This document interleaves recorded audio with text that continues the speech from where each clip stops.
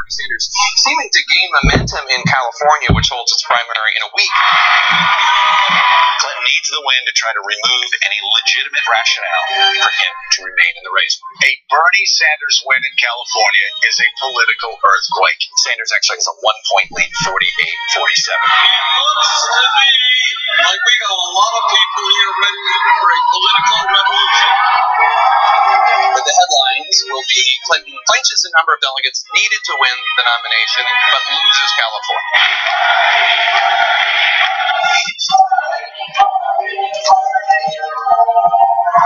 First time in our nation's history that a woman will be a major party's nominee. Yep.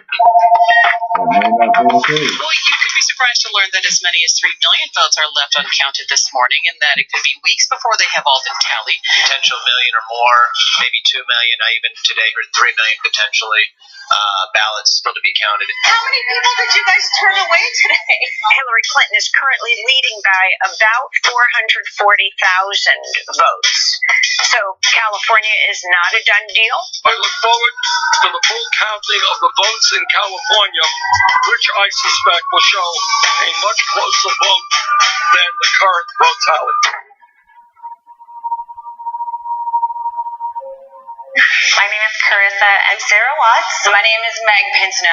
My name's Alex, and I decided to be a poll worker on June 7th, 2016. I was a poll worker. I was a poll inspector. I was a poll inspector in San Gabriel, California. I got involved because I wanted to be on the other side of things when I saw all the problems that were happening all over the country. Decreases in voter turnout have been found in states that require photo IDs to vote. With some people still in line to cast their ballots. Many Brooklyn residents who thought they were registered showed up to vote, only to find their names were not on the list. We need to count all provisional ballots. If they shut the fucking election down, they deny the right to vote. I really just felt like somebody responsible needed to be there. And yeah, we have 4,700 precincts in Los Angeles County, but at least at one precinct I knew that I was going to be thorough enough to make sure that I could do what I can. So I get my own polling place, and I set everything up, manage the staff, and I go over with one of the staff to deliver all of the supplies and the ballots, on election night. I originally just applied to be a poll worker. When we went through the training a few days before that, they insisted that the inspectors were seasoned people who had been doing this for years. So if we had any problems, the inspector would be there to help us out. And then 6 days before, I get a call to be the inspector with absolutely no additional training. I'm standing with Henry Bustan, one of the county's most experienced inspectors. Thanks for your time, Henry. Henry. Oh, you're very welcome. The only thing they really ask you is, hey, do you want to be an inspector? Do you want to be in charge? And if you say yes, that's it. That's what qualifies you to be an inspector. Well, there was no selection process. A lot of people just sign up to get paid that day and don't really have anything vested in the democratic process. If you didn't really do your homework and you didn't sit down and learn this like it was the fucking SATs, then you were really going to have problems because it was all on you. LA County was so short poll workers, they were giving out inspector jobs as soon as the day before. We need people that actually know what they're doing to walk in. You can't just pull someone off the street. And that's actually what they suggest that you do. If someone doesn't show up, if it's really, really busy, if there's somebody in there asking you questions about being a poll worker, you can literally pull them off, offer them $80 and just put them on the line. On election day, within my group chat, my friend who was a poll worker basically put out an SOS asking if anyone could please come help at her polling location because it was a mess. Am I allowed to curse? It was a shit show. Kind of 3-ring shit show. It was chaos. So right after voting at my polling location, I just drove over to help out. So I wasn't planning on being a poll worker that day. The hiring process for these poll workers is there's just nothing. If you want in, you got it.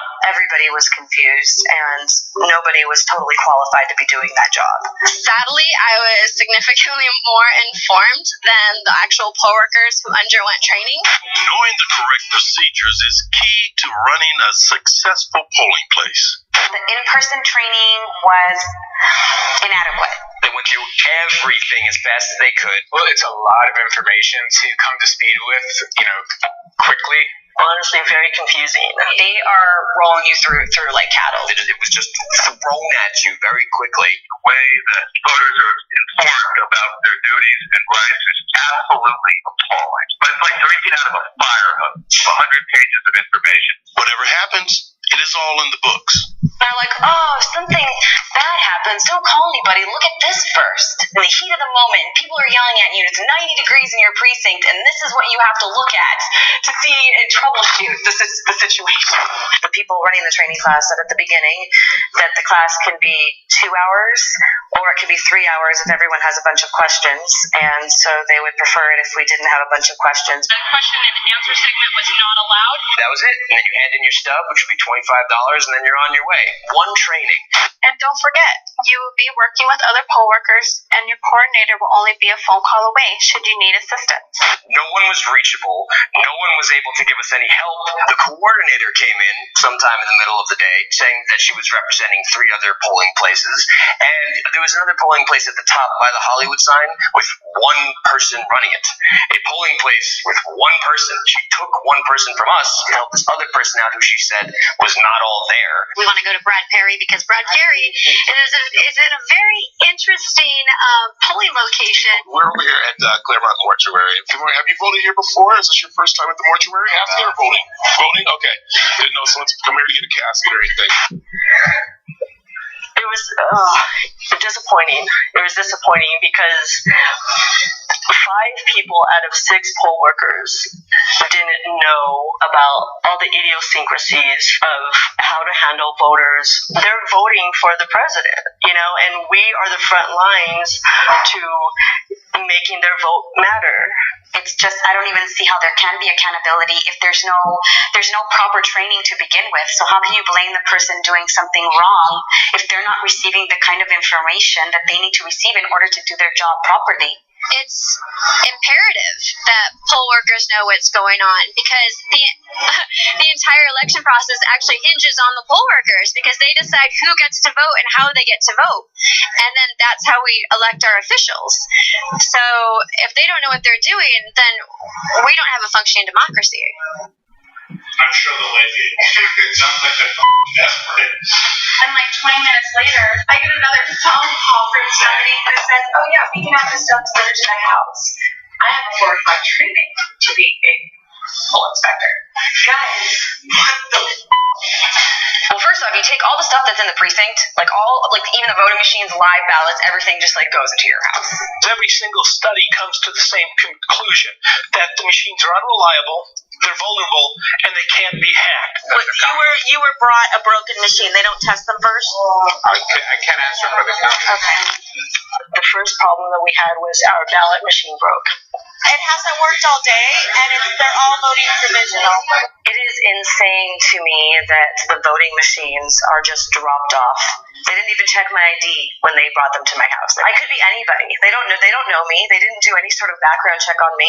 So it wasn't very secure because I have to unlock the box to go through the ballots, to go through all the supplies, to make sure I have everything I need. Just the ballot boxes has sealed.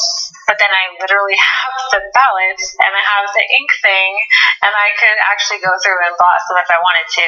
Because at the end of the day, there's nothing, now that I think about it, there's nothing that would have stopped if we had filled out 200 ballots ahead of time and just made sure that they matched the ballots in our box.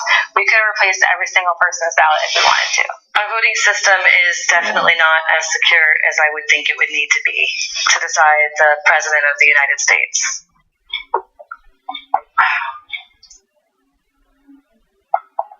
A great democracy does not make it harder to vote than to buy an assault weapon. There's so many things that you can mess up as a clerk walking in off the street. They just pull you off the street. That you're literally taking, that person is in charge of hundreds of votes and they don't even know the rules to make it a valid vote to help the voter. They're literally making it worse. Or it said people put in provisional envelopes when they had no party preference.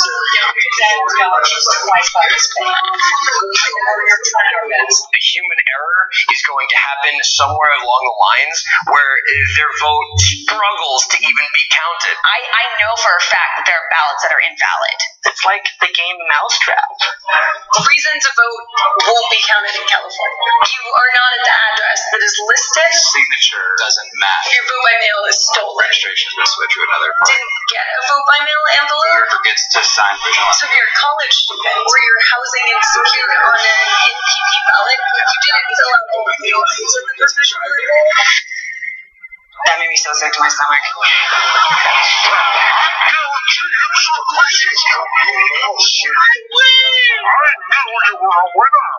I had my initial training on May 17th.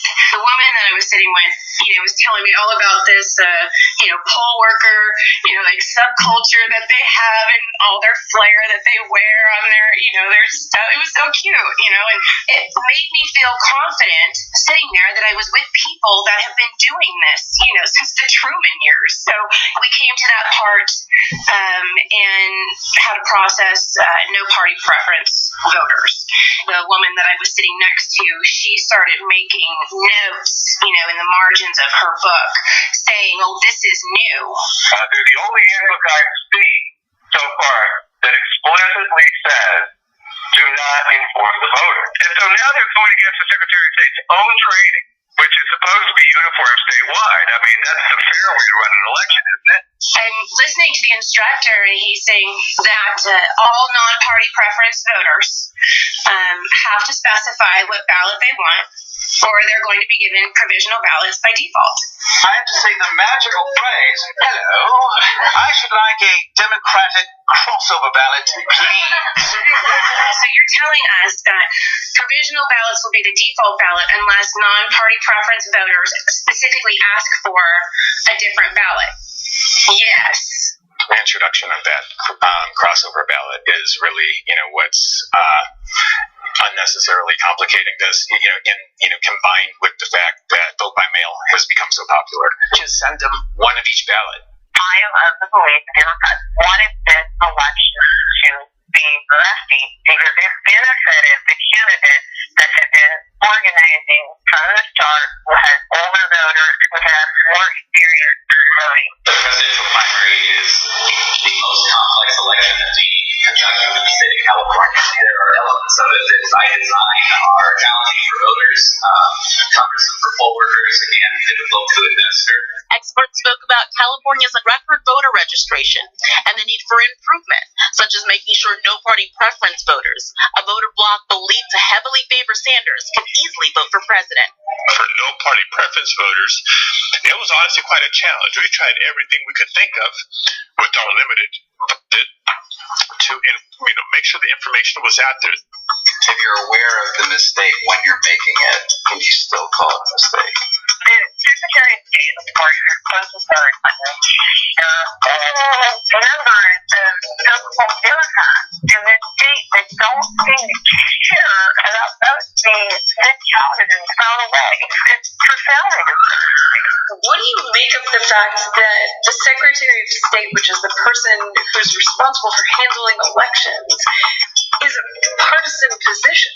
Like, doesn't that seem like a conflict of interest in any state for the Secretary of State to endorse a candidate? And I understand we're all people, we're going to have our leanings, but he was actively campaigning for it. And then you're also designing policies which have a direct effect on what voting groups come out. In terms of restricting NPP voters in this election, I think it's pretty blatant. In fact, the quote was, "Provisional ballots will be your best friend all day." Oh, provisional supply kit. I don't think anybody really had any idea about the significance of what ballot would be counted when.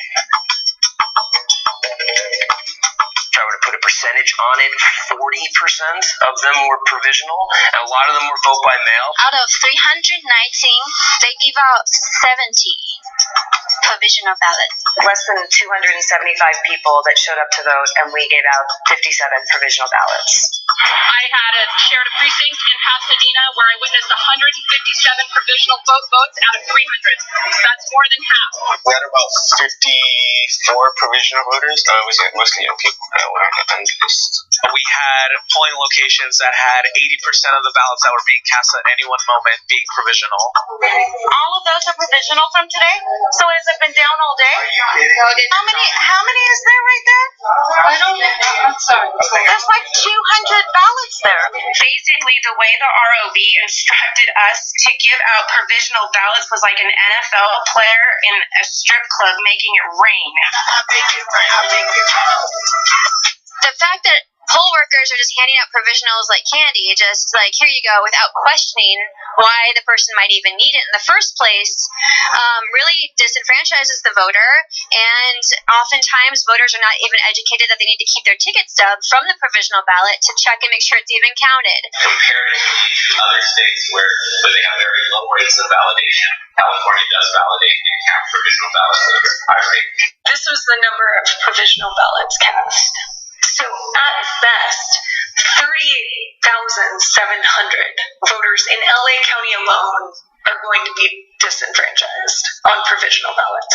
That's the number that they're proud of, where they're like, hey, we do better than anyone else. We count all these ballots. And we are filing a lawsuit which will put the spotlight on these exit polls. We announced we were going to file such a lawsuit to compel the news media to report the actual exit poll results so that the public would know if there's apparent fraud. And guess what the media did? They canceled the exit poll. You're going to sue us to make it public, or we just won't do it.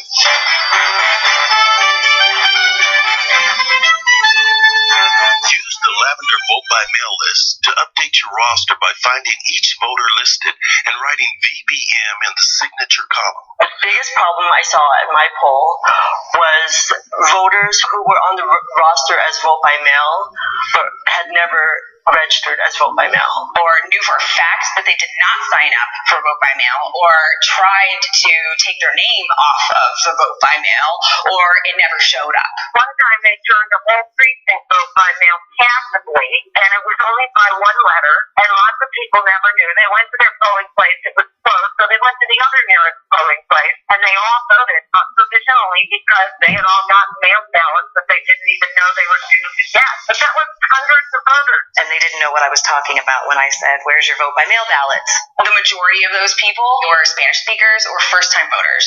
I took that very personally because I saw a lot of very enthusiastic people that have never voted before. When you have disenfranchised over half of the people by telling them that they got their ballot when they didn't, they never got it. How easy is that? Mail came today and I still haven't gotten anything. So, okay, you're right. 2 ballots were sent to me and got not to me. I think the other part that was disconcerting for me was that there were so many voters who initially questioned what the roster says, but then they gave the system the benefit of the doubt. So we gave them a provisional ballot as if they just forgot it, or got lost in the mail. And then they would come back and be like, I never signed up for vote by mail. They trusted the system, and the system totally failed them. I had people with their voter registration cards in front of me, giving it to me, saying, I am not vote by mail. And in the roster, it was listed as VBM. That's criminal. We used to have anecdotal evidence after we did the research that people who did vote at the polls because they never got their mail ballot looked back and the record showed a mail ballot was counted in their name for that election. And we've always thought this was evidence of a capacity for insider fraud. If you guys received a vote by mail ballot and someone went in believing they were casting their vote for the first time and cast a provisional ballot, which one takes precedence? Which one is counted? The vote by mail ballot that was sent in initially would be the vote that counts. Does that seem like a strange policy if a person believes they didn't submit that ballot? I mean, I can't really go into policy and what's right and what's wrong. That is our procedure, though. And that's unsettling to me because a vote by mail ballot should be intercepted. So voting provisionally on election day, I mean, it seems to me that should were right in a vote by mail ballot. As an inspector, you get these supplemental roster sheets. They're blue, and they come in the mail the weekend before. So I got mine on Saturday and Monday. And essentially, as an inspector, what you do is you take these, you put them into the back of your official roster. And what they told us is that there's something that changed with that person. Either they're a new voter, or they moved, or their account has been updated in some way, right? And you find all the names, and you write VBM next to them, right? Vote by mail. And when I went in the next day, I lost count, right? People that came in that I hand updated VBM. They didn't know that they were a vote by mail.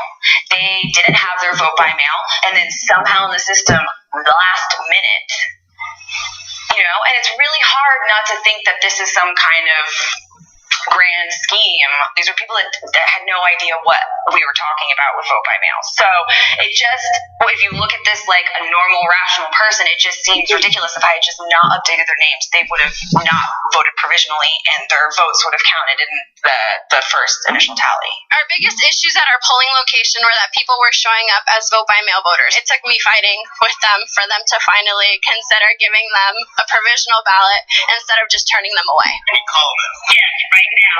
I've been to the polling place 3 times. Is that correct? I chose Democrat. I'm at the polling place. I am no party preference. And I'm also vote by mail. And the only ballot I received in the mail is the American Independent ballot. Right? She said, wow. One family, the father had, they'd been trying to switch his registration from Republican to Democrat for 8 years, because for 8 years they've had this issue that they keep switching him back to Republican, and he keeps trying to switch back to Democrat, and for some reason it's been an issue for 8 years. Another problem that I confronted was that there was people that showed up, their parties had been changed. People who had been registered as Democratic their whole entire life were now showing up as Republican. And they were like, there's no way that I did that. So I'm Steve Stokes. I ran in 2014 for House of Representatives as an independent or no party preference. And when I decided to run in 2016 for U.S. Senate, I was going to follow Bernie Sanders' lead and run as a Democrat. And so I registered as a Democrat at the county office, but I was never changed into Democrat status. So as I was telling the poll workers, it was very obvious that there was that mistakes can be made because I was on the ballot as a Democrat and yet was on the voter rolls as no party preference. And if my status wasn't updated from no party preference to Democrat, think of how many other ballots that might have happened to people who would not have had the tenacity to pursue getting the actual correct ballot eventually. So I got my mail-in ballot and it said Republican, and I'm like, I've never been Republican. So I called the registrar's office, and she said that indeed I was Republican since 2010. And I said, in the 2012 election, I received a Democratic ballot, and I voted Democrat. That would make no sense for me to be registered Republican and receive my Democratic ballot. And she said that in 2010, electronically, it says that my account was switched to Republican, but that all of my signed paperwork from 2012 was Democrat. And she said, this is not right. This shouldn't be this way. And I said, well, can we fix it? And she says, I'm going to talk to my supervisor about this and call you back within the hour. And she never called me back. I ended up calling her back the next day, and someone else answered the phone and goes, oh no, it says 2012, everything was changed electronically, and you submitted a form for re-registering for the Republican Party. And I said, no. And she said, well, your social security number's here, and your birth date's here, and your signature's here, so you signed it. And I said, no, I didn't. I have no reason, nor would I ever say I'm Republican. She said, well, if you have a problem with the registry, then you can drive here to Norwalk, and you can pay the fee so that you can view your file. And I said, wait, so I need to drive 50 miles to your location on my dollar and pay just to look at my file to verify that that's my signature? If your computer says something and my handwritten signature doesn't, shouldn't you fix the computer error? It would take 2 clicks of a mouse. To me, it sounds like it's all just BS. They had her voting record, that she voted Democrat in the last election. Why would you argue that? Wouldn't the benefit of the doubt be with her? No, apparently not. And I mean, her vote won't be counted.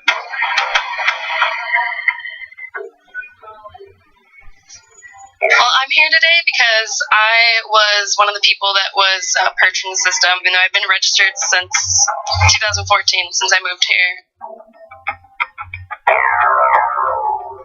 Why in the computer era, where states require IDs, Ohio allows 17 types of IDs, why would you deregister anyone from the voting rolls? There's not enough room on the computer. And I'm trying to go vote. And the thing is, I'm not on the list. I have proof. I go on LAvote.net. I am registered as a Democrat, but I'm somehow not on the roster, so I'm not allowed to vote. And this has been something I've been trying to deal with since 11 or 12 this morning, and it is now 3 o'clock. I'm excited about voting. I love that I have this opportunity that I get to have my voice, but not everyone is going to have that because they don't know this is happening. We had some issues with people not being on the rosters, and the hard part was some of them wouldn't stay long enough to find out why. They were just pissed off and walked off. My name isn't on anyone's list. I have a voter ID. There's a voter ID number. So many people showed up that weren't on our list. These were all people who were registered to vote, had proof of registration, had sample ballots with their name, address, and our polling place location on it, and yet they were not on our roster. 1, 2, 3, 17, 18, 19. So it's about 28 before 4 p.m., and that was before the big rush. By the middle of the day, we realized that was happening more often than not, and we were actually relieved when we found someone's name on the roster. So what's that? None of these people are on the roster. Most of the people that weren't on the roster, unfortunately, were young, first-time voters who were very excited to vote for the first time. Online, I was active, but then I wasn't on the list. I wasn't on the blue list either, so I had to work provisionally. Even the table that was in my polling place was just handing out provisional ballots, like sometimes not even checking the supplemental roster. Can you tell me your name again? Because apparently there was something that we did not say. Oh, there's the roster. Is that it? Yes, actually, I don't really know if this is it. But how many people did you guys turn away today?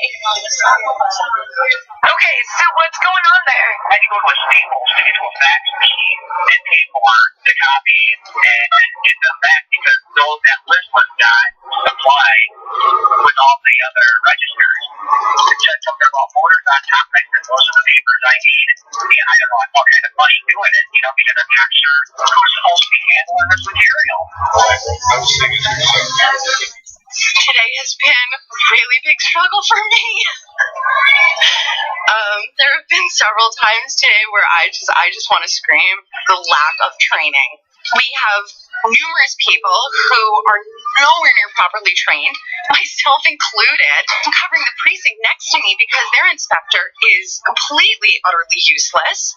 We wound up opening late because that table was nowhere near ready. I'm scared. This is how it's been working for how long? And it's not working. Clearly it's not working. But this is how they've been doing it. And project that Hillary Clinton will win. The big one, California. How did your wrap-up go?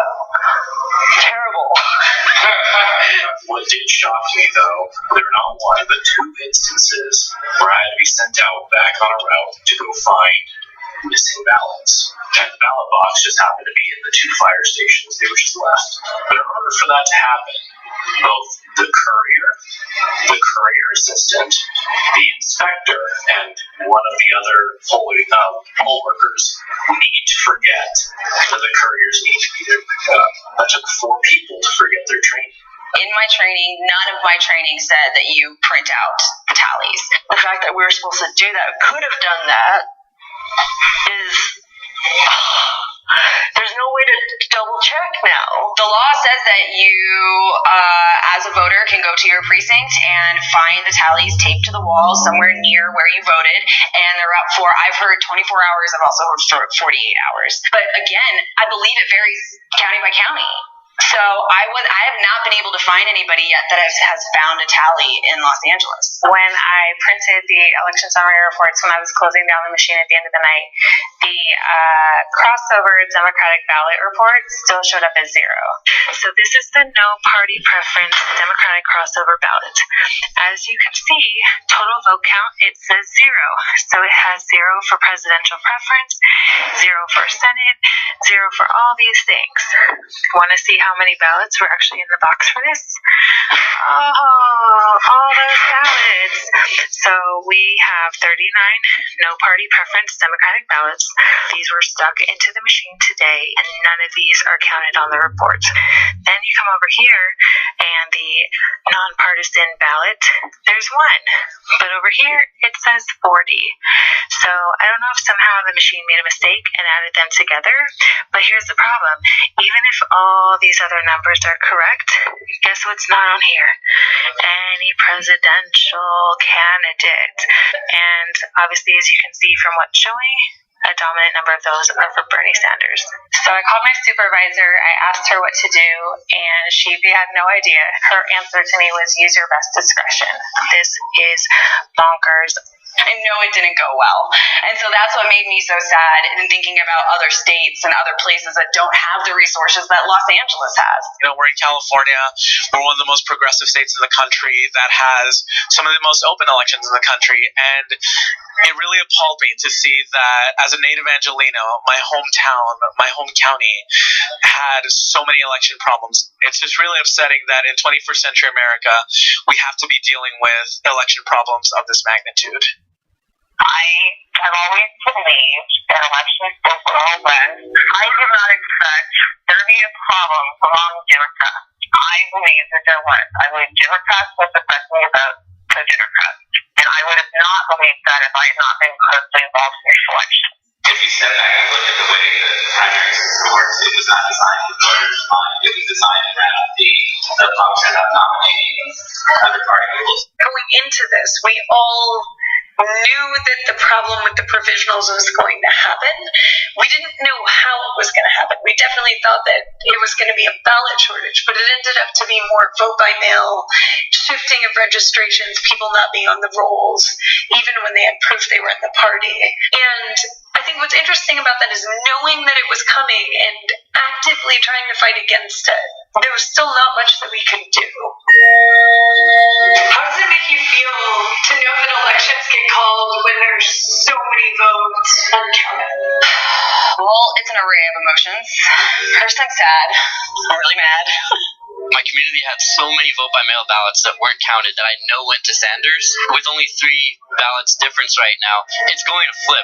But I feel like it's going to flip when nobody's going to be paying attention, once the media has moved on, once the world has moved on and basically said, the election is over, deal with it. The loss in California was much, much bigger than anybody anticipated. Will you be asking for him to step aside soon?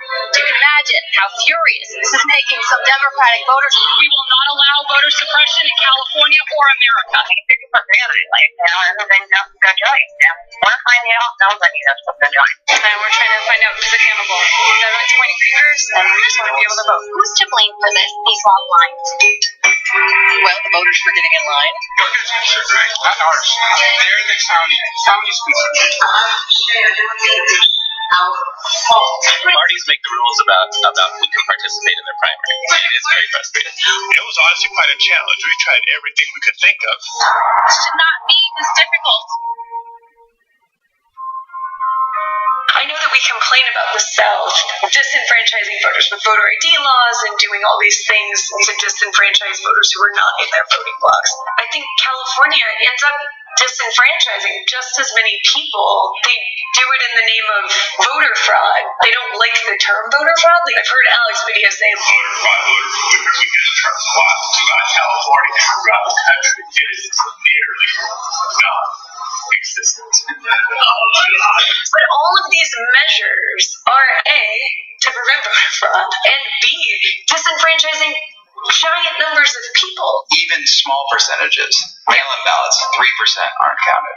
3% of a third of your state's population? 19,230 people for vote by mail who are likely not to get counted, plus 38,000 people who are going to be counted as provisionals, 60,000 people just in LA who took the time to vote, made the effort, educated themselves, went through the process, and now will be disenfranchised. Like, that's a whole stadium of people.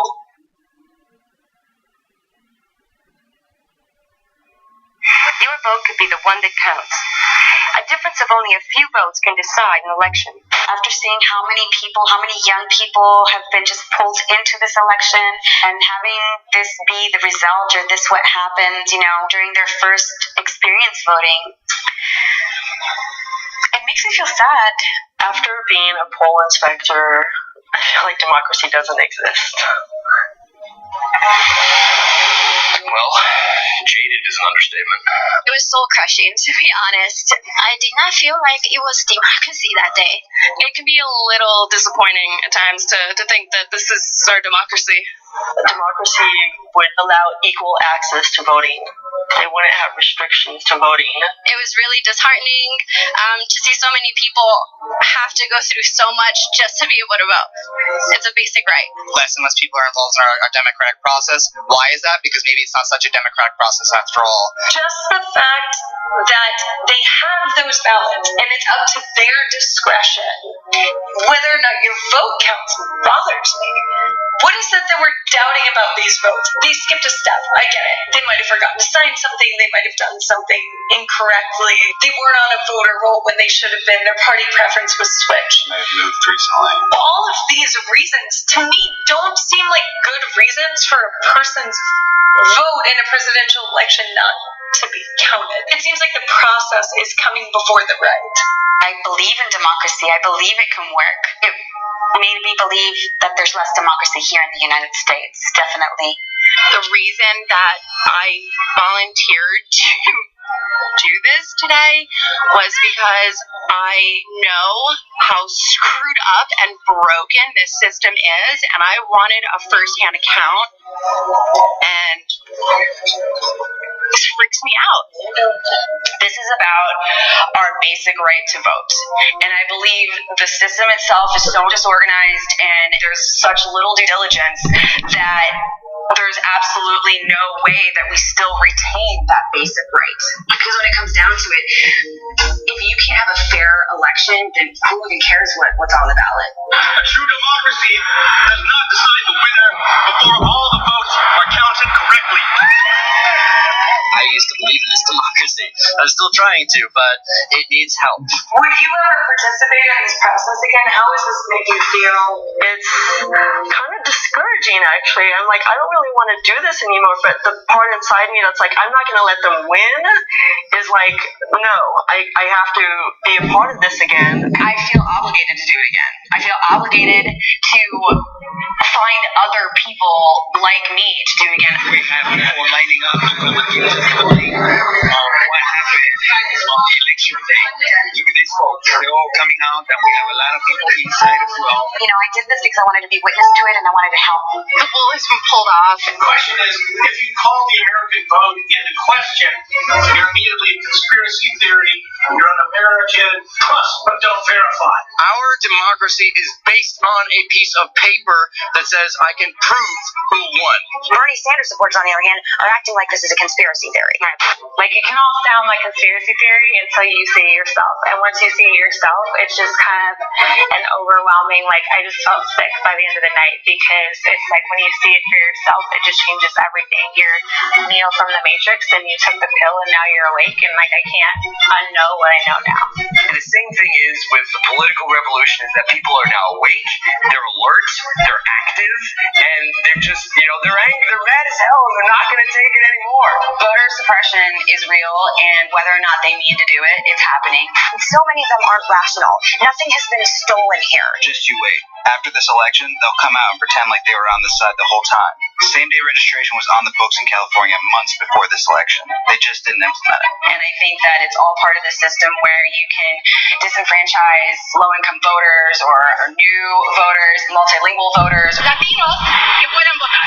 The less people that come out to vote, the easier it is for the establishment to hold on to their position. Trust in the election process is central to democracy. We can improve this system so much by just giving the voter the benefit of the doubt. With a few easy changes, everyone can have a voice. Open primaries and automatic registration. All great movements, sisters and brothers, start from the bottom, not from the top. We are the people. We will have our voices heard. The party is not the people.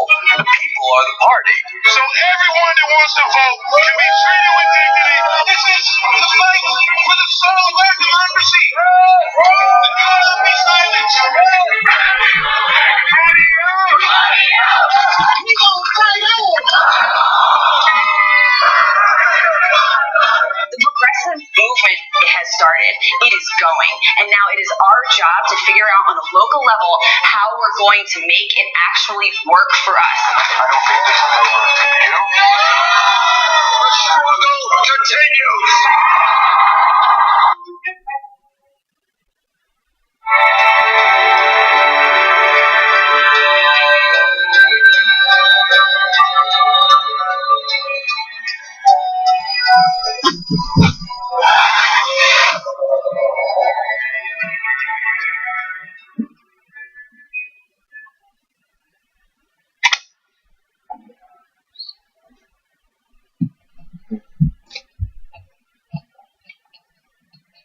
Nothing more to say except it's bullshit that votes are being counted. No matter who you vote for, your vote should be counted. Not even no matter your party affiliation, but even those party affiliations, the machines saying it's Republican. So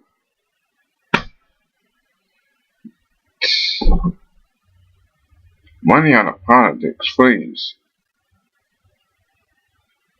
The fact that this is happening in so many states is no accident. Something sinister behind it. And we gotta find out what's behind it and stay bottom it out. And my money's on what behind it. It's money in politics. We gotta stop money in politics, man. We gotta stop it.